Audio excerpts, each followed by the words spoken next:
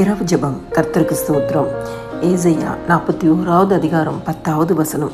நீ பயப்படாதே, நான் உன்னுடனே இருக்கிறேன். திகையாதே, நான் உன் தேவன். நான் உன்னை பலப்படுத்தி உனக்கு சகாயம் செய்வேன். என் நீதியின் வலது கரத்தினால் உன்னை தாங்குவேன்.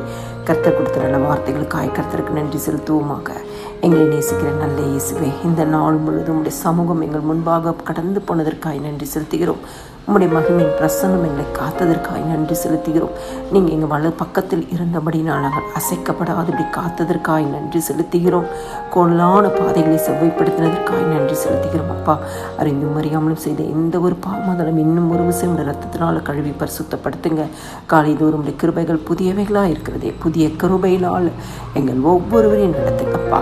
கிறிஸ்துவுக்குள் பிரியமானவர்களே, ஆண்டவராகிய தேவன் சொல்கிறார், நீ பயப்படாதே, நான் உன்னுடனே இருக்கிறேன்.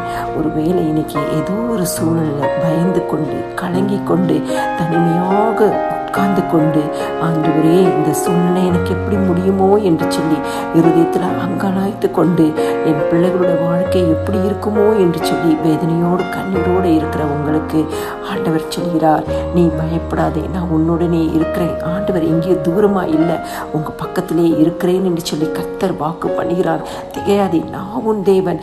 எந்த சூழ்நிலை கண்டு திகைத்து போயிருக்கிறீங்க, ஆண்டவரே எப்படியப்பா நடக்க போகுதோ எனக்கு தெரியலையே, இந்த சூழ்நிலை எப்படி மாற்றப் போகிறதோ எனக்கு தெரியவில்லையே என்று சொல்லி கலங்கி திகைத்து கொண்டிருக்கிற உங்களுக்கு ஆண்டவர் சொல்கிறார், நானே உன் தேவன். நான் உன்னை பலப்படுத்தி உனக்கு சகாயம் செய்வேன். சோர்ந்து போயிருக்கிற சூழ்நிலை, வியாதிப்பட்டிருக்கிற சூழ்நிலை, பலவீனப்பட்டிருக்கிற சூழ்நிலை, கர்த்தர் சொல்கிறார், நான் உன்னை பலப்படுத்துவேன். நான் உனக்கு சகாயம் பண்ணுவேன். என் நீதியின் வலது கரத்தினால் உன்னை தாங்குவேன். ஆண்டவர் சொல்கிறார், வேற எங்கேயும் தாங்கலை, என்னுடைய நீதியின் வலது கரத்தினாலே உங்களை நான் தாங்குவேன் என்று. கிறிஸ்துவுக்குள் பிரியமானவர்களே, ஆண்டவராகிய தேவன் இன்னைக்கு உங்களோட இருக்கிறார். இயேசு கிறிஸ்து உங்களோட இருக்கிறார். நீங்கள் பயந்த சூழ்நிலைகள் மாறும், திகைக்கிற சூழ்நிலைகள் மாறும். உங்களை பலப்படுத்துவார், உங்களுக்கு சகாயம் செய்வார். நீதியின் வலது கரத்தினால் உங்களை தாங்குவார். ஆண்டவராகிய இயேசு கிறிஸ்துவை விசுவாசிங்க. அப்பொழுது உங்களுடைய எல்லா சூழ்நிலையும் மாற்றி கர்த்தர் உங்களை பரிபூர்ண ஆசீர்வாதத்திற்குள் நடத்தி செல்வார். எல்லா துதியும் கனமும் மகிமையும் ஸ்தோத்திரமும் என் ஆண்டவராகிய இயேசு கிறிஸ்து ஒருவருக்கே செலுத்துகிறேன். ஆமென்.